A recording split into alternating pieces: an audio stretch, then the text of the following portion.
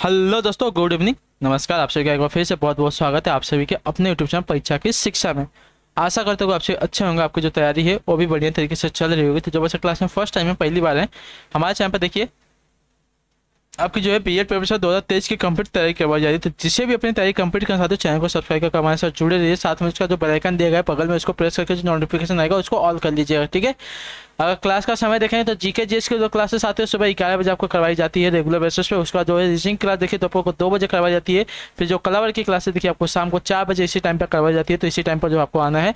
और जो हिंदी की क्लास है आपको इसके बाद शाम को 7 बजे, तो उस क्लास में भी आपको आना ही है, ठीक है। तो ये जो 4 क्लासेस है इनका टाइम आप लोग नोट करके रखिए और अच्छे से क्लास में आइए, ठीक। बाकी अगर पीडीएफ और नोट्स की बात है, पीडीएफ और नोट्स के हमारे टेलीग्राम का चैनल है परीक्षा की शिक्षा, आपका डिस्क्रिप्शन में इसका लिंक दिया गया है, तो फटाफट जाइए वहाँ पे जुड़िए और अपने जो पीडीएफ है उसको डाउनलोड किए, अपनी तैयारी को कंप्लीट किए। उसी के नीचे मैं देखिए इंस्टाग्राम का पेज दिया होगा, तो हमें इंस्टाग्राम पे फॉलो कर लेंगे, ठीक है। टेलीग्राम पर देखिए आपको जो अपडेट होता है रेगुलर बेसिस का क्लास का वो भी आपको वहाँ पे मिलता है, तो फटाफट जाइए वहाँ पे जुड़ जाइए। यहाँ पे देखिए एग्जाम को भी अपडेट मिल जाएगा। आपको कोई भी डाउट हो तो हमें डीएम करके इंस्टाग्राम पर, या तो जो आपका डाउट सेक्शन है परीक्षा की शिक्षा का टेलीग्राम चैनल पर आप हमें पूछ सकते हैं। तो चलें क्लास स्टार्ट करने से पहले जिसने क्लास को अभी तक लाइक नहीं किया क्लास को लाइक कर दिए, क्लास को अपने दोस्तों के साथ शेयर कर दीजिए, ठीक है। तो चलेंगे स्टार्ट करें। पहला क्वेश्चन देखें, ध्यान से देख के बताएंगे सही। 51 लोकसभा चुनाव के लिए उम्मीदवार बनने की न्यूनतम आयु सीमा कितनी है, बताइए। लोकसभा चुनाव की बात करें, ठीक है। लोकसभा चुनाव के लिए उम्मीदवार बनने की न्यूनतम आयु की सीमा कितनी है, साथियों इसका सही उत्तर क्या हो जाएगा। तो देखिए लोकसभा चुनाव के लिए उम्मीदवार बनने की न्यूनतम आयु जो आपकी देखिए 25 वर्ष होनी चाहिए। तो जो आपका पे बी वाला विकल्प देगा आपका पे सही उत्तर, ठीक है साथियों, क्लियर है। वहीं पर अगर राज्यसभा की बात है, राज्यसभा के लिए उम्मीदवार होने की जो न्यूनतम आयु आपकी 30 वर्ष निर्धारित की गई है, ये बात याद रखिएगा, ठीक है, क्लियर है। लोकसभा के लिए 25 वर्ष और आपकी राज्यसभा के लिए 30 वर्ष। अगला क्वेश्चन देखिए 52 नंबर, ध्यान से देख के बताएंगे। 16 अगस्त 1946 को प्रत्यक्ष कार्यवाही दिवस मनाया गया, किसके द्वारा, बताइए। 16 अगस्त 1946 को प्रत्यक्ष कार्यवाही दिवस किसके द्वारा मनाया गया था, तो 52% देखिए। 16 अगस्त 1946 को मुस्लिम लीग ने जिन्ना के नेतृत्व में प्रत्यक्ष कार्यवाही दिवस मनाया था। तो जो आपका यहाँ पे दिया गया है बी वाला विकल्प आपका सही उत्तर है, मुस्लिम लीग द्वारा, ठीक है, क्लियर है। अगले क्वेश्चन पढ़ेंगे, ध्यान से देखें। 53 नंबर उत्तर देंगे सही उत्तर का। चौरी चौरा घटना कब हुई थी, बताइए। चौरी चौरा घटना आपकी कब घटित हुई थी, तो देखिए चौरी चौरा की घटना आपकी देखिए 5 फरवरी 1922 को हुई थी, ठीक है। 5 फरवरी 1922 को हुई थी। तो जो आपका पी वाला विकल्प देगा 53 पे आपका सही उत्तर, ठीक है। इस दिन गोरखपुर जिले में चौरी चौरा नामक स्थान पर किसानों के जुलूस पर गोलियां चलाए जाने के कारण क्रूर भीड़ में थाने में आग लगा दी थी, जिसमें थानेदार सहित 21 सिपाहियों की मृत्यु हो गई। इस घटना को 12 सिपाही क्या है, इस घटना के बाद 12 फरवरी को महात्मा गांधी ने असहयोग आंदोलन को स्थगित कर दिया था, ठीक है। तो जो आपका पी वाला विकल्प देगा आपका सही उत्तर, ठीक है। अगले क्वेश्चन पढ़ेंगे, ध्यान से देखें, उत्तर देंगे। 54 नंबर बताएंगे सही उत्तर क्या होगा, ठीक।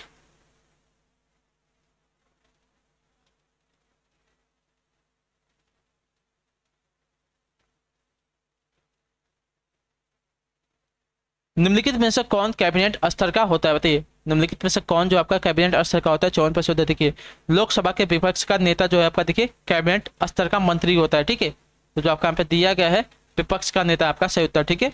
लोकसभा में विपक्ष का नेता जो है कैबिनेट स्तर के मंत्री के समान माना जाता है तथा मंत्री का दर्जा प्राप्त किए होता है, ठीक है। तो मूल संविधान में नेता के प्रति पक्ष का कोई प्रावधान नहीं था।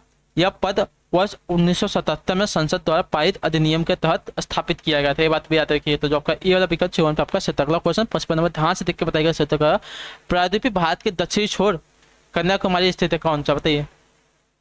प्रायद्वीपीय भारत का दक्षिणी छोर कन्याकुमारी स्थित है, कहाँ पर बताएंगे साथियों। तो देखिए प्रायद्वीपीय भारत का दक्षिणी छोर कन्याकुमारी भूमध्य रेखा के उत्तर में तथा कर्क रेखा के दक्षिण में स्थित है, ठीक है। भूमध्य रेखा के, देखिए भूमध्य रेखा के उत्तर में, ठीक है, भूमध्य रेखा के उत्तर में और कर्क रेखा के दक्षिण में। तो जो आपका यहाँ पे ये वाला पी वाला विकल्प देगा आपका सही होता है, ठीक है। भूमध्य रेखा के उत्तर में और कर्क रेखा के दक्षिण में स्थित है, याद रखिएगा, ठीक है, क्लियर है। अगला क्वेश्चन देखेंगे 56 नंबर, ध्यान से देख के बताएंगे सही उत्तर हो जाएगा। वह कौन सा स्थान है जहां अंतिम मुगल सम्राट बहादुर शाह द्वितीय जफर की मृत्यु हुई थी, बताइए। तो देखिए 1857 ईस्वी के विद्रोह के समय हडसन ने बहादुर शाह द्वितीय यानी जफर को हुमायूं के मकबरे में जो है गिरफ्तार कर लिया था। उसे रंगून निर्वासित कर दिया, जहां 1862 में उसे मृत्यु हो गई थी, ठीक है। कहाँ? तो रंगून में, जो आपका ये वाला विकल्प देगा आपका सही उत्तर, ठीक है। रंगून में जो है अंतिम मुगल सम्राट बहादुर शाह द्वितीय की जो है मृत्यु हुई थी। अगला क्वेश्चन देखेंगे 57 नंबर, ध्यान से देखिए उत्तर दे। सविनय अवज्ञा आंदोलन का मुख्य उद्देश्य क्या था? बताइए, सविनय अवज्ञा आंदोलन का मुख्य उद्देश्य क्या था? तो देखिए, सविनय अवज्ञा आंदोलन वर्ष 1930 से 31 के बीच नमक कर के विरुद्ध आरंभ किया गया था, ठीक है। तो जो आपका यहाँ पे डी वाला विकल्प देगा आपका सही उत्तर, ठीक है। क्लियर है वाला? यह आंदोलन महात्मा गांधी के दांडी मार्च से प्रारंभ किया गया था। 12 मार्च 1930 को महात्मा गांधी ने अपने 78 सहयोगियों के साथ अहमदाबाद के साबरमती आश्रम से पैदल यात्रा शुरू की तथा 6 अप्रैल 1931 को समुद्र तट पर के निकट दांडी में नमक कानून को तोड़ा था, नमक बनाकर। तो जो आपका डी वाला विकल्प है 57 पे आपका अगला क्वेश्चन 58 नंबर, ध्यान से देखकर बताएंगे। भारत की उच्चतम वार्षिक वर्षा कहाँ पर दर्ज की जाती है? बताइए, भारत की उच्चतम वार्षिक वर्षा जो है कहाँ पर दर्ज की गई? साथियों इसका सही उत्तर देखिए,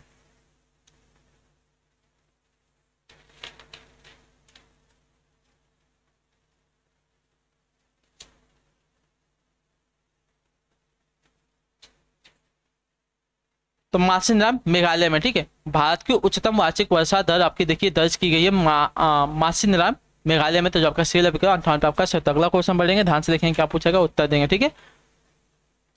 59 नंबर है, निम्नलिखित में से किसको संविधान की आत्मा के रूप में माना गया? बताइए, निम्नलिखित में से किसको जो है संविधान की आत्मा के रूप में माना जाएगा? तो देखिए, संविधान, भारतीय संविधान की प्रस्तावना को देखिए संविधान की आत्मा कहा जाता है, ठीक है। तो जो आपका यहाँ पे प्रस्तावना दिया गया है आपका यहाँ पर सही उत्तर, ठीक है। भारतीय संविधान की प्रस्तावना को देखिए संविधान की आत्मा कहा जाता है क्योंकि यह संविधान के मूलभूत तत्वों को समाहित करती है। तो जो आपका यहाँ पे सी वाला विकल्प देगा आपका सही उत्तर। अगला क्वेश्चन देखिए 60 नंबर, ध्यान से देखिए बताएंगे सही उत्तर। शतपथ ब्राह्मण और तैत्तिरीय ब्राह्मण किसके ब्राह्मण मूल पात्र? बताइए,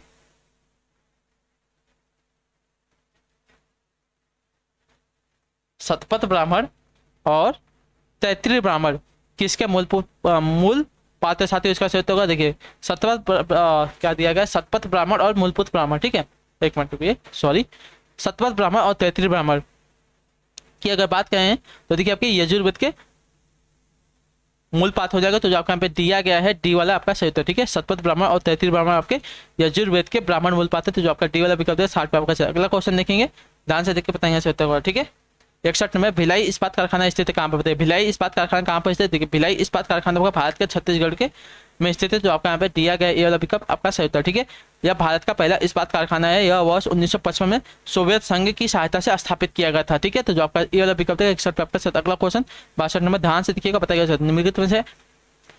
निम्नलिखित शैलों में से कौन सा आपका औषधि शैल का एक उदाहरण? बताइए, निम्नलिखित शैलों में से कौन सा औषधि शैल का एक उदाहरण साथ ही इसका सही उत्तर देखिए सेल, ठीक है। सेल जो दिया गया है एक औषधि शैल है। तो जो आपका सेल विकल्प देगा आपका सही उत्तर, ठीक है। अगला क्वेश्चन बढ़ेंगे, ध्यान से देखेंगे 63 नंबर, उत्तर देंगे सही उत्तर का। पुच्छल तारे की पूंछ की दिशा सदैव होती है कैसी? बताइए, पुच्छल तारे की पूंछ की दिशा सदैव कैसी होती है? देखिए, पुच्छल तारे की पूंछ की दिशा सदैव कैसी होती है? तो देखिए, पुच्छल तारे की पूंछ की दिशा सदैव सूर्य से दूर होते हैं, ठीक है। सूर्य से दूर होती है, याद रखिएगा, ठीक है। पुच्छल तारे की पूंछ की दिशा सदैव सूर्य से दूर होते थे। जो आपका वाला विकल्प देगा इस पे आपका सही उत्तर, ठीक है। अगले क्वेश्चन पढ़ेंगे, ध्यान से देखेंगे 64 नंबर, उत्तर देंगे सही उत्तर का।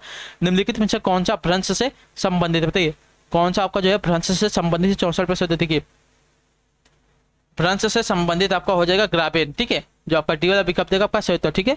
ग्राबेन जो आपका देखिए भ्रंश से संबंधित है, जो डी वाला विकल्प देगा आपका सही उत्तर। अगला क्वेश्चन पढ़ेंगे, ध्यान से देखें, यह एक घाटी, ये बात याद रखिएगा, ठीक है। 65 नंबर है, निम्नलिखित में से कौन सा आपका देखिए उच्च कटिबंधीय मरुस्थल नहीं है? ठीक है, निम्नलिखित में से कौन सा आपका देखिए उच्च कटिबंधीय मरुस्थल नहीं? अटाकामा, अरबिया, गोबी, कालाहारी। तो देखिए गोबी मरुस्थल, ठीक है, शीतोष्ण मरुस्थल याद रखिए, ठीक है। गोबी मरुस्थल जो आपका शीतोष्ण मरुस्थल है, आपका उच्च कटिबंधीय मरुस्थल नहीं, याद रखिए। तो जो आपका सी वाला विकल्प देगा आपका पास हो जाएगा, ठीक है। अगला क्वेश्चन 66 है, ध्यान से देखिए उत्तर देंगे। तापक्रम विलोमता का अर्थ क्या? बताइए, तापक्रम विलोमता का अर्थ क्या होता है? देखिए, तापक्रम विलोमता का अर्थ होता है बढ़ती ऊंचाई के साथ साथ बढ़ता तापक्रम, अर्थात जब ऊंचाई के साथ साथ तापमान भी बढ़े तो वह स्थिति तापक्रम विलोमता कहलाती है, ठीक है। तो बढ़ती ऊंचाई के साथ बढ़ता तापक्रम, जो आपका यहाँ पे बी वाला विकल्प देगा आपका सही उत्तर, ठीक है साथियों, क्लियर है।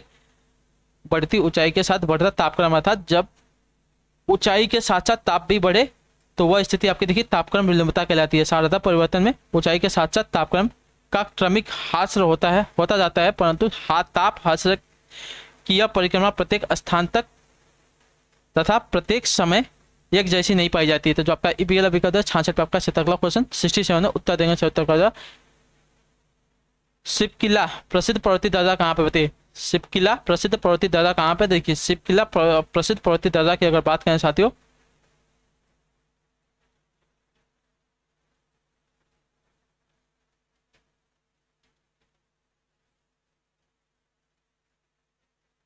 आपका देखिए हिमाचल प्रदेश में, ठीक है, जो आपका यहाँ पे डी वाला विकल्प देगा आपका सही उत्तर। ठीक है साथियों, क्लियर है? 69 ध्यान से उत्तर देंगे साथियों। पुष्टि मार्ग के आचार्य कौन है बताइए? पुष्टि मार्ग के आचार्य हैं कौन? तो देखिए पुष्टि मार्ग के आचार्य की अगर बात करें तो देखिए पुष्टि मार्ग के आचार्य आपके हो जाएंगे वल्लभाचार्य। ठीक है, पुष्टि मार्ग के आचार्य आपका देखिए वल्लभाचार्य, तो जो आपका सी वाला विकल्प 69 पे आपका सही उत्तर। अगला क्वेश्चन देखिए 70 नंबर, ध्यान से देखिएगा, बताइएगा सही उत्तर क्या हो जाएगा। भारतीय संविधान का कौन सा भाग मौलिक अधिकारों से संबंधित है? भारतीय संविधान का कौन सा जो भाग है भाग जो है मौलिक अधिकारों से संबंधित है? कि भारतीय संविधान का कौन सा भाग जो है मौलिक अधिकारों से संबंधित है? भारतीय संविधान का भाग 3, ठीक है, भारतीय संविधान का भाग 3 जो आपका देखिए मौलिक अधिकारों से संबंधित है। इस भाग में अनुच्छेद 12 से 32 तक मौलिक अधिकारों का वर्णन किया गया है, यह अमेरिकी संविधान से लिया गया है, ये बात भी याद रखिएगा। ठीक है, क्लियर है? अगला क्वेश्चन देखेंगे 71 नंबर, ध्यान से देखकर बताएंगे। तो पंचायती राज को सुदृढ़ करने हेतु भारतीय संविधान में निम्नलिखित में से कौन सा संशोधन किया गया बताइए? पंचायती राज को सुदृढ़ करने हेतु भारतीय संविधान में निम्नलिखित में से कौन सा संशोधन किया गया साथियों? इसका सही उत्तर क्या हो जाए? देखिए पंचायती राज को सुदृढ़ करने हेतु वर्ष 1992 में, ठीक है, वर्ष 1992 में भारतीय संविधान में 73वां संशोधन किया गया। ठीक है, 73वां संशोधन किया गया, तो जो आपका सी वाला विकल्प देगा आपका यहाँ पर सही उत्तर। ठीक है, क्लियर है? जिसके द्वारा संविधान के भाग 9 में 11वीं अनुसूची जोड़ी गई जो पंचायती राज से संबंधित है। तो जो आपका डी वाला पिकअप देगा, सी वाला पिकअप देगा, तब पे आपका 70 क्वेश्चन 67 देखिए आपका 67 छूट गया था, उसको उत्तर देगा। ठीक है, निम्नलिखित जलाशयों में से कौन सा रिहंद परियोजना से संबंधित है? निम्नलिखित जलाशयों में से कौन सा आपको जो है रिहंद परियोजना से संबंधित है? देखिए रिहंद परियोजना से संबंधित जलाशय आपका देखिए गोविंद बल्लभ पंत सागर हो जाएगा। ठीक है, गोविंद बल्लभ पंत सागर हो जाएगा, जो आपका बी वाला पिकअप देगा आपका सही उत्तर। ठीक है, क्लियर है? गोविंद सागर नहीं होगा, गोविंद बल्लभ पंत सागर। ठीक है, गोविंद बल्लभ पंत सागर। ठीक है, अगला क्वेश्चन देखेंगे 72 नंबर, ध्यान से उत्तर देंगे। अंतर्राष्ट्रीय न्यायालय का मुख्यालय कहाँ पर स्थित है? तो अंतर्राष्ट्रीय न्यायालय का जो मुख्यालय आपका द हेग, नीदरलैंड के द हेग में स्थित, जो आपका सी वाला विकल्प देगा आपका सही उत्तर। ठीक है, क्लियर है? अगले क्वेश्चन में बढ़ेंगे, ध्यान से उत्तर देंगे। और इसकी जो स्थापना मैंने आपको बताया था 3 अप्रैल 1946 को हुई थी। ठीक है, अगला क्वेश्चन 73 नंबर, ध्यान से उत्तर देंगे।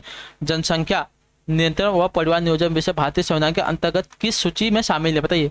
जनसंख्या नियंत्रण व परिवार नियोजन विषय भारतीय संविधान के अंतर्गत किस सूची में शामिल है? 73% उत्तर देखिए जनसंख्या नियंत्रण व परिवार नियोजन विषय समवर्ती सूची में शामिल किए गए हैं। तो जो आपका यहाँ पे बी सी वाला विकल्प देगा आपका यहाँ पे सही उत्तर। ठीक है साथियों, क्लियर है? समवर्ती सूची में दिए गए विषयों पर कानून बनाने की जो शक्ति है संसद और राज्य विधानमंडल दोनों के पास होती है। समवर्ती सूची में उन विषयों को शामिल किया जाता है जो विषय केंद्र और राज्य दोनों के लिए महत्वपूर्ण होते हैं। ठीक है, तो जो आपका सी वाला विकल्प देगा आपका 70। अगला क्वेश्चन 74 नंबर, ध्यान से देख के बताइएगा 74 का हो जाएगा। निम्नलिखित में से कौन सा निदेशक सिद्धांत विदेश नीति से संबंधित बताइए? निम्नलिखित में से कौन सा निदेशक सिद्धांत देखिए विदेश नीति से संबंधित है? इसका सही उत्तर क्या हो जाएगा? तो देखिए नीति निर्देशक सिद्धांतों का अनुच्छेद 51, ठीक है, अनुच्छेद 51 जो है आपका विदेश नीति से संबंधित है। राज्य के नीति निर्देशक सिद्धांतों का वर्णन भारतीय संविधान के भाग 4 में किया गया है, जिसका स्रोत आपका देखिए आयरलैंड का संविधान है। तो आपका डी वाला विकल्प देगा आपका 76। अगला क्वेश्चन 75 नंबर, सामुदायिक विकास कार्यक्रम शुरू किया गया था किस वर्ष में बताइए? सामुदायिक विकास कार्यक्रम का किस वर्ष में शुरू किया? देखिए सामुदायिक विकास कार्यक्रम आपका आरंभ किया गया था 2 अक्टूबर 1952 में। ठीक है, 2 अक्टूबर 1952 में। तो जो आपका ए वाला विकल्प देगा 75 पे आपका सही। ठीक है, सामुदायिक विकास कार्यक्रम का आरंभ 2 अक्टूबर 1952 में हुआ था। भारत सामुदायिक विकास कार्यक्रम लागू करने वाले देशों में आपका अग्रणी स्थान रखता है। तो जो आपका ए वाला विकल्प 75 पे आपका सही। अगला क्वेश्चन 76 है, ध्यान से देख के बताएंगे। भारत के उच्चतम न्यायालय ने भारतीय संविधान के बुनियादी ढांचे का सिद्धांत दिया है, बताइए किस मामले में? बताइए भारत के उच्चतम न्यायालय ने भारतीय संविधान के बुनियादी ढांचे का सिद्धांत दिया है किसमें? इसका सही उत्तर क्या हो जाएगा? तो देखिए उच्चतम न्यायालय ने संविधान के बुनियादी ढांचे का जो सिद्धांत है भारतीय मामले में दिया था। ठीक है, केशवानंद भारतीय मामले में। ठीक है, केशवानंद भारतीय मामले में दिया था। तो जो आपका यहाँ पे टी वाला पिकअप देगा है आपका यहाँ पर सही उत्तर। ठीक है, इस सिद्धांत का जन्म संपत्ति के अधिकार को लेकर सर्वोच्च न्यायालय एवं संसद के बीच चले टकराव की पृष्ठभूमि के रूप में सामने आया। 24 अप्रैल 1973 को केशवानंद भारती बनाम केरल राज्य के बाद में सर्वोच्च न्यायालय ने यह निर्णय दिया कि संविधान के अनुच्छेद 368 के तहत संसद संविधान के किसी भाग में संशोधन कर सकती है, लेकिन यह संशोधन ऐसा नहीं किया जाना चाहिए कि यह संविधान के मौलिक ढांचे को बदल देते। जो आपका यहाँ पे डी वाला विकल्प देगा आपका सही। केशवानंद भारती मामले में जो है भारत के उच्चतम न्यायालय ने भारतीय संविधान के बुनियादी ढांचे का सिद्धांत दिया था। जो आपका यहाँ पे डी वाला विकल्प देगा आपका 77 नंबर ध्यान से देखो होता है। भारतीय संविधान के किस अनुच्छेद के अंतर्गत राज्यपाल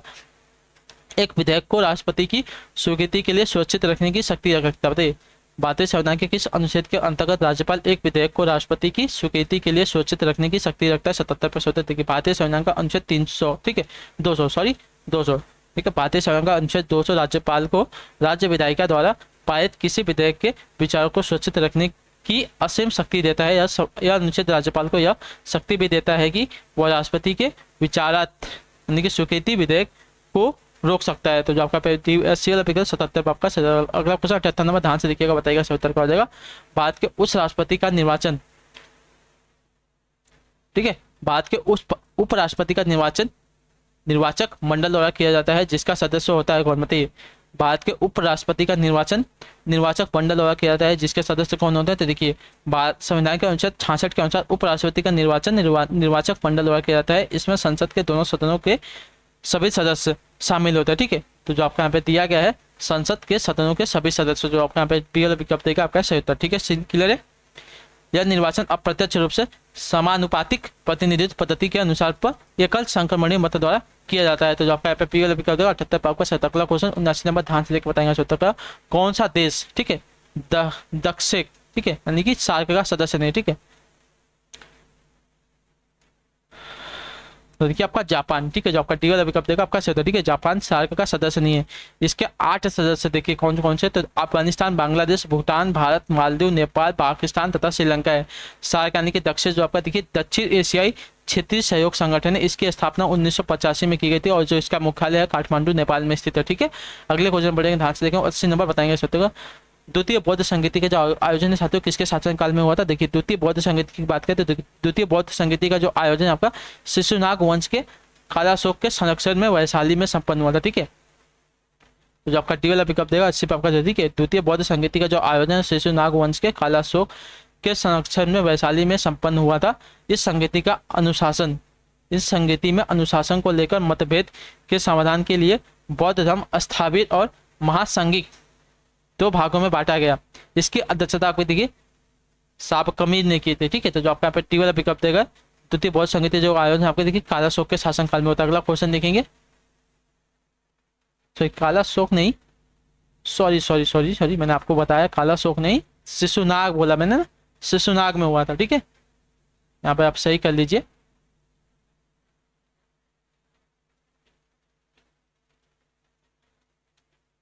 ठीक है, द्वितीय बौद्ध संगीति का जो आयोजन शिशुनाग वंश के, अच्छा यार मैंने सही बोला था, शिशुनाग वंश के कालाशोक में, ठीक है। तो आपका जो है यही सही होगा, कालाशोक ही सही है, ठीक है। द्वितीय बौद्ध संगीति का जो आयोजन शिशुनाग वंश के कालाशोक के संरक्षण में वैशाली में संपन्न हुआ था, ठीक है। तो जो आपका यहाँ पे टी वाला पिकअप देगा आपका सही था, मैंने सही बताया था आपको, ठीक। अगला क्वेश्चन 81 नंबर ध्यान से देखकर बताएंगे, सही उत्तर हो जाएगा।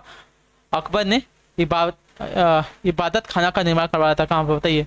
अकबर ने जो आपका इबादत खाना का निर्माण कहाँ का, देखिए अकबर ने इबादत खाना यानी कि प्रार्थना भवन का जो निर्माण आपका 1575 ईस्वी में फतेहपुर सीकरी में करवाया था, ठीक है। तो जो आपका यहाँ पे बी वाला विकल्प देगा आपका सही उत्तर, ठीक है। क्लियर है। यह दार्शनिक एवं धार्मिक शास्त्रीय विषयों पर वाद विवाद के लिए बनाया गया था। इसकी स्थापना का मुख्य उद्देश्य इस्लाम धर्म के बारे में अधिक से अधिक ज्ञान प्राप्त करने की लालसा थी। जो आपका बी वाला विकल्प आपका सही उत्तर क्वेश्चन देंगे, बताएंगे सही उत्तर क्या हो जाएगा। 82 नंबर उत्तर देंगे। आर्य समाज की स्थापना हुई थी किस वर्ष में, बताइए। आर्य समाज की जो स्थापना किस वर्ष में हुई थी, देखिए आर्य समाज की अगर बात करें तो आर्य समाज की जो स्थापना है 1875 ईस्वी में हुई, ठीक है। जो आपका सी वाला विकल्प देगा आपका सही उत्तर, ठीक है। 1875 ईस्वी में आर्य समाज की स्थापना स्वामी दयानंद सरस्वती ने मुंबई में की थी। इसकी स्थापना का मुख्य उद्देश्य वैदिक धर्म को पुनः शुद्ध रूप में स्थापित करना, भारत को सामाजिक, धार्मिक और राजनीतिक रूप से एक सूत्र में बांधना तथा भारतीय सभ्यता व संस्कृति पर पड़ने वाले पाश्चात्य प्रभाव को रोकना था, ठीक है। तो जो आपका सी वाला विकल्प देगा आपका सही। अगला क्वेश्चन देखें 82-83 नंबर ध्यान से उत्तर देंगे। इनमें से कौन काकोरी कांड से संबंधित नहीं था, बताइए। इनमें से कौन जो आपका देखिए काकोरी कांड से संबंधित नहीं था, इसका सही उत्तर देखिए सूर्यसेन, ठीक है। जो आपका डी वाला विकल्प देगा आपका सही उत्तर, ठीक है। सूर्यसेन आपके देखिए काकोरी कांड से संबंधित नहीं थे, वे आपके देखिए चटगांव क्रांति के नेता थे। काकोरी कांड में रामप्रसाद बिस्मिल, अशफाक उल्ला खां, रोशन लाल, राजेंद्र लाहेड़ी सहित 29 क्रांतिकारी शामिल थे। हिंदुस्तान रिपब्लिक एसोसिएशन सदस्यों द्वारा 9 अगस्त 1925 को उत्तर रेलवे के लखनऊ सहारनपुर संभाग के काकोरी नामक स्थान पर 8 डाउन ट्रेन पर डकैती डालकर सरकारी खजाने को लूट लिया गया था। यह घटना देखिएगा काकोरी कांड के नाम से प्रसिद्ध हुई थी। जो आपका डी वाला विकल्प है सूर्यसेन देव आपके काकोरी कांड से संबंधित नहीं थे। अगला क्वेश्चन देखेंगे 84 नंबर ध्यान से उत्तर देंगे। दीन-ए इलाही की स्थापना किसने की थी? बताइए दीन-ए इलाही की स्थापना किसने की थी? देखिए दीन-ए इलाही की जो स्थापना की थी अकबर ने की थी। जो आपका सी वाला विकल्प 84 पे आपका सही उत्तर, ठीक है। उसने सभी धर्मों में सामंजस्य स्थापित करने के लिए 1582 ईस्वी में तौहीद-ए इलाही या दीन-ए इलाही नामक एक नया धर्म प्रवर्तित किया। यह सूफी सर्वेश्वरवाद पर आधारित एक आपकी विचारधारा थी। जो आपका सी वाला विकल्प देगा आपका सही। अगला क्वेश्चन देंगे 85 नंबर। वेन सांगा किसके शासनकाल में भारत आया था? बताइए वेन सांगा किसके शासनकाल में भारत आया था? देखिए वेन सांगा की बात करें तो वेन सांगा आपका देखिए एक चीनी यात्री हर्षवर्धन के शासनकाल में भारत आया था, ठीक है। तो जो आपका सी वाला विकल्प देगा आपका सही उत्तर हो जाएगा, ठीक है। वर्ष 629 ईस्वी से लेकर 645 ईस्वी तक भारत में रहा। उसने नालंदा विश्वविद्यालय में शिक्षा ग्रहण की थी, ठीक है। तो जो आपका सी वाला विकल्प देगा 85 पे आपका सही। अगला क्वेश्चन 86 नंबर ध्यान से देखिए बताएंगे सही उत्तर। इन बादशाहों में से किसे कलंदर कहा जाता था? बताइए इन बादशाहों में से किसे कलंदर कहा जाता था? देखिए बाबर को उसकी अत्यधिक उदारता के कारण कलंदर कहा जाता था, ठीक है। तो जो आपका ये वाला विकल्प देगा आपका सही उत्तर, ठीक है। साथ क्लियर है। वह भारत पर आक्रमण करने वाला एक तुर्क आक्रांता था। उसने इतिहास पर प्रसिद्ध युद्ध पानीपत का युद्ध 1526 वाला लड़ा था, ठीक है। याद रखिएगा। अगला क्वेश्चन देंगे 87 नंबर। याद उत्तर देंगे बताएंगे 74। बंगाल का विभाजन करने वाला गवर्नर कौन था? गवर्नर जनरल कौन था? बंगाल का विभाजन करने वाला गवर्नर जनरल कौन था? देखिए बंगाल का विभाजन करने वाला गवर्नर जनरल आपका लॉर्ड कर्जन था, ठीक है। तो आपका ये वाला विकल्प देगा 87 पे आपका। अगला क्वेश्चन 88 नंबर ध्यान से उत्तर है। कुंवर सिंह किस राज्य के जमींदार थे? बताइए कुंवर सिंह की बात करें, कुंवर सिंह किस राज्य के जमींदार थे? साथियों 88 पे देखिए कुंवर सिंह आपके थे जगदीशपुर के जमींदार, ठीक है। जगदीशपुर के जमींदार थे। जो आपका बी वाला विकल्प देगा 88 पे आपका। अगला क्वेश्चन 89 नंबर ध्यान से उत्तर देगा सही। दो बालकों में समान योग्यताएं नहीं होती यह किस विद्वान का कथन? बताइए दो बालकों में समान योग्यताएं नहीं होती यह किस विद्वान का कथन है? देखिए हरलॉक का, ठीक है। दो बालकों में समान योग्यताएं नहीं होती यह जो कथन है आपका देखिए हरलॉक का है। तो जो आपका ए वाला पिकअप देगा 89 पे आपका। अगला क्वेश्चन 90 नंबर ध्यान से उत्तर देंगे। मानचित्र को समझने किस सर्वव्यापी भाषा को समझा जाता है क्या? बताइए मानचित्र को समझने वाली सर्वव्यापी भाषा को समझा जाता है क्या? तो देखिए मानचित्र को समझने वाली सर्वव्यापी भाषा को रूढ़ चिन्हों से समझा जाता है, ठीक है। रूढ़ चिन्हों से समझा जाता है। तो जो आपका बी वाला पिकअप देगा आपका सही उत्तर, ठीक है। मानचित्र पर विभिन्न तथ्यों जैसे उच्चाव संरचना मलाशय आदि और मानवीय संरचना किसी क्षेत्र आदिवासी यातायात के साधन आदि को देखिए द्विमीय रूप से प्रदर्शित करने वाले चिन्हों को देखिए रूढ़ चिन्ह कहा जाता है। तो जो आपका बी वाला विकल्प 90 पे। अगला क्वेश्चन 91 में ध्यान से उत्तर देंगे सही उत्तर। यू आकार की घाटी का निर्माण होता है किससे? बताइए यू आकार की घाटी का निर्माण किससे होता है? देखिए पहाड़ी क्षेत्रों में हिम नदी द्वारा यू आकार की घाटी का निर्माण होता है, ठीक है।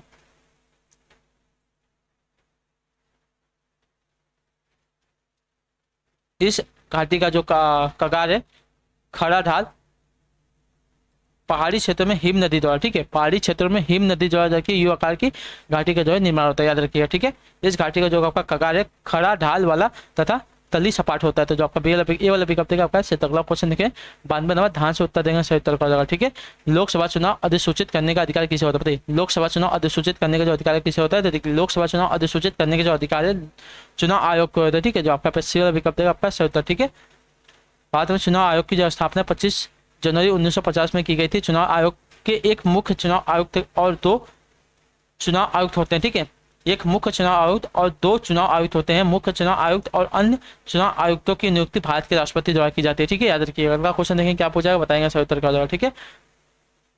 93 नंबर अंतर्राष्ट्रीय व्यापार का प्रहरी कौन है? बताइए अंतर्राष्ट्रीय व्यापार का प्रहरी कौन है? अंतर्राष्ट्रीय व्यापार के प्रहरी की बात करें देखिए अंतर्राष्ट्रीय व्यापार का प्रहरी आपका जो होता है WTO, ठीक है, विश्व व्यापार संगठन है। तो जो आपका सी वाला विकल्प का सही। अगला क्वेश्चन देखिए 94 में ध्यान से उत्तर देंगे सही। कॉफी का मूल स्थान निम्नलिखित में से कौन सा देश? बताइए कॉफी का मूल स्थान निम्नलिखित में से कौन सा स्थान है? देखिए कॉफी का मूल स्थान इथोपिया है। तो जो आपका डी वाला विकल्प देगा सही।